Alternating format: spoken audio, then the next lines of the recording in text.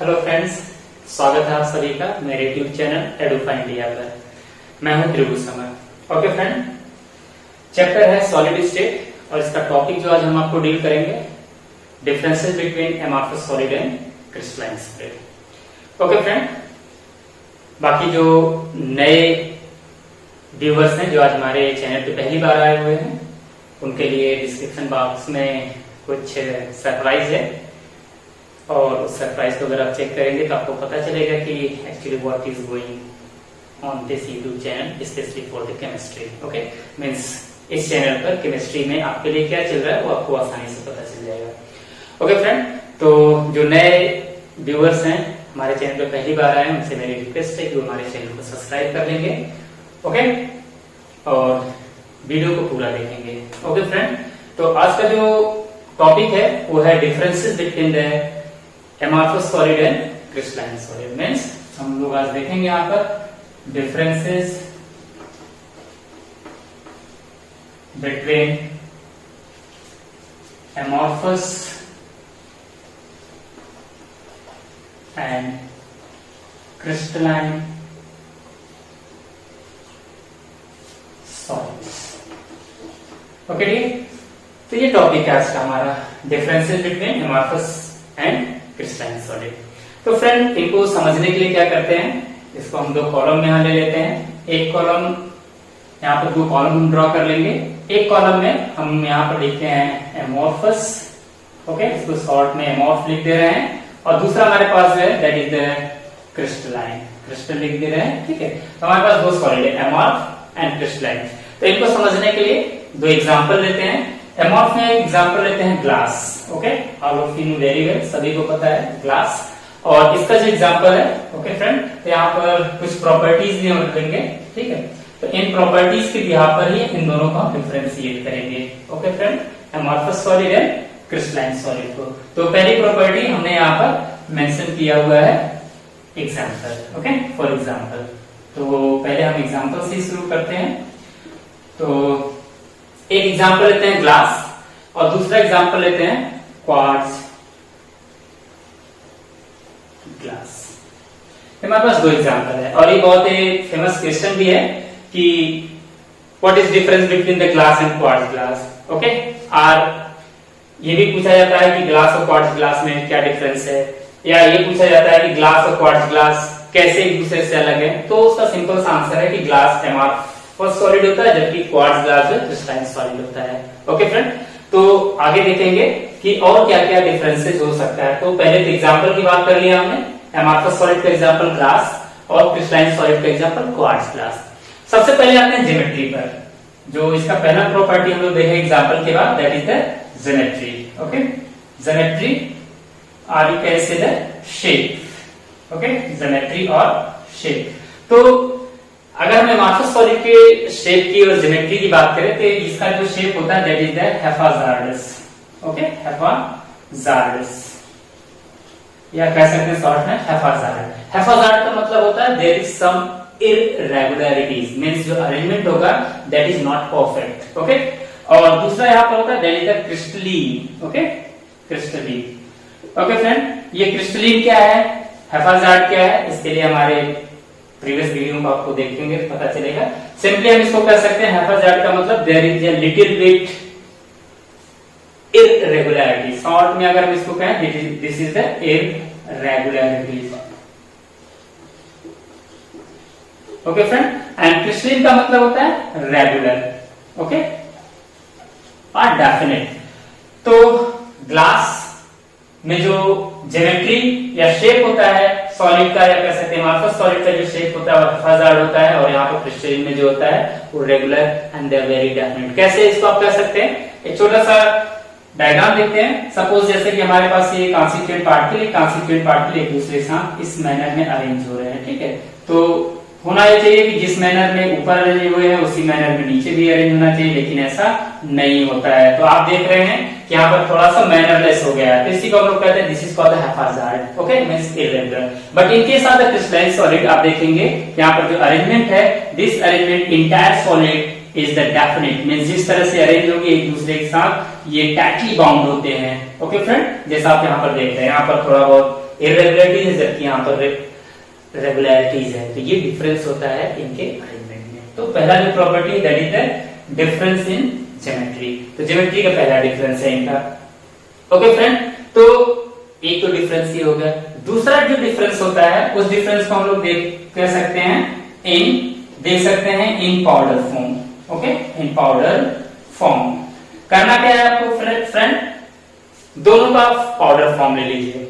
Means glass को भी एकदम से फाइन पाउडर में कन्वर्ट कर लीजिए और क्वार्ट्ज ग्लास का भी फाइन पाउडर में कन्वर्ट कर लीजिए। ठीक है, तो आप देखेंगे इसका जो पाउडर फॉर्म होता है that is the very smooth when you are going to rub between the fingers। मतलब जब आप इनके पाउडर को जो है कि अपने फिंगर के बीच में रब करेंगे तो इनकी जो फीलिंग होती है that is the very smooth. Okay, लेकिन अगर हम लोग बात करें क्रिस्टलाइन सॉलिड के पाउडर फॉर्म का, तो इनका जो पाउडर फॉर्म होता है अगर इनको फिंगर्स के बीच में अगर आप रब करते हैं तो ये they are causing the some irritation. Okay, irritation cause करेंगे आपके फिंगर्स पर। ओके, तो आपके फिंगर के बीच में इरिटेशन कॉज होगा। मतलब आपको पता चलेगा कि उसको सिंपल हिंदी कर सकते हैं दरदराहट होती है, बट यहाँ पर ऐसी कोई दरदराहट नहीं होती है। जैसे अगर आपने नमक को ले लीजिए, उसको आप उसके क्रिस्टल को अगर आप फिंगर्स के बीच में रब करते हैं तो आपको देखते हैं कि दरदराहट महसूस होती है। क्वार्ट्ज ग्लास, सिंपली क्वार्ट्ज जो सैंड होता है उसको भी आप रब करेंगे तो इस तरह फीलिंग होती है, लेकिन जो ग्लास होता है इसके अगर पाउडर फॉर्म को आप करेंगे तो ऐसा कभी फीलिंग नहीं देता है ये। ओके फ्रेंड, तो ये तो इनके पाउडर फॉर्म के बीच का डिफरेंस हो गया। एक और अगली जो प्रॉपर्टी है that is the very important property and that property is the cleavage property. Okay friend, cleavage property क्या है? क्लीवेज प्रॉपर्टी का मतलब किसी चीज को ब्रेक कर देना, स्मॉल पीसेस में ब्रेक करना ही क्लीवेज प्रॉपर्टी कहलाती है। ठीक है, तो इसको देखने के लिए क्या करते हैं, हम यहाँ पर एक छोटा सा ब्लॉक लेते हैं। ठीक है, एमॉर्फस सॉलिड का या कह सकते हैं ग्लास का लेते हैं।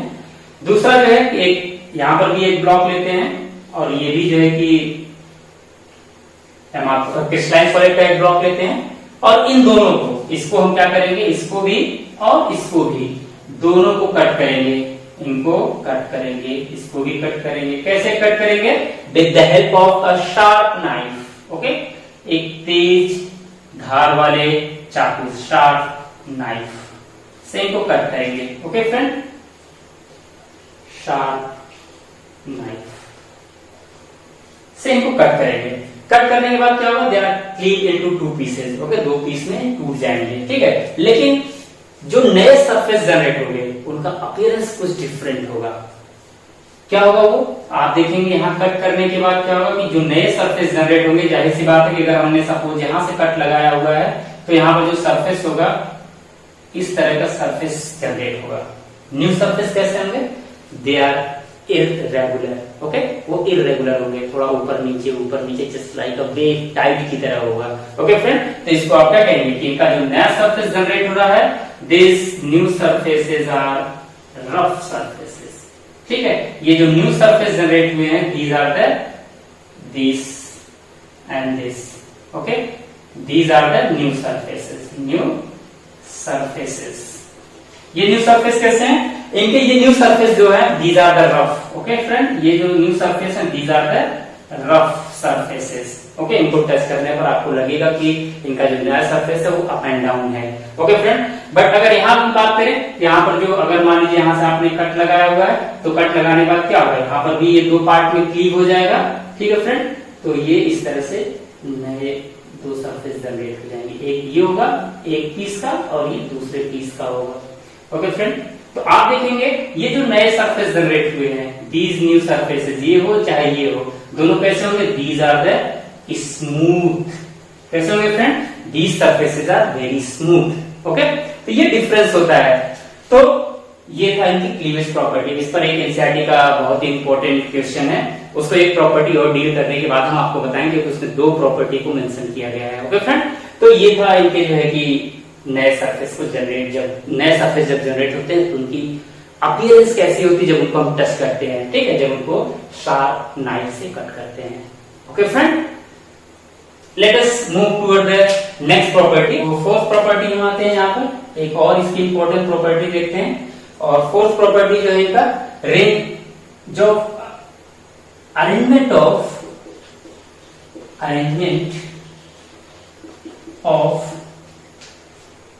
कॉन्स्टिट्यूएंट पार्टिकल, ठीक है।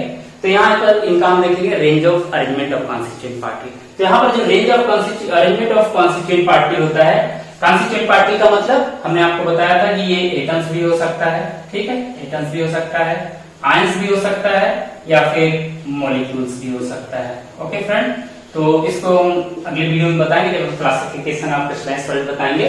तो जो भी कॉन्स्टिट्यूएंट पार्टिकल होता है उनका जो रेंज ऑफ अरेंजमेंट होता है, मतलब ये कहां तक अरेंज होते हैं, रेंज का मतलब यहाँ पर ऑर्डर से है, ठीक है। तो यहाँ पर अगर आप देखेंगे, सपोज जैसे हमने कॉन्स्टिट्यूएंट पार्टिकल यहाँ पर लिया, एक कॉन्स्टिट्यूएंट पार्टिकल ये है, दूसरा ये है, इस तरह से कॉन्स्टिट्यूएंट पार्टिकल जो एक दूसरे के साथ अरेंज हुए हैं, ठीक है। एक तो ये अरेंजमेंट इनका हो गया, ठीक है, ठीक। दूसरा यहाँ पर इस तरह से अरेंज होते हो गए हैं ये, ठीक है। फिर यहाँ पर ये इस तरह से अरेंज हो गए, ठीक है। तो आप देखेंगे यहाँ पर जो रेंज ऑफ अरेंजमेंट है इनका, ये बहुत ही डेफिनेट नहीं है, ठीक है।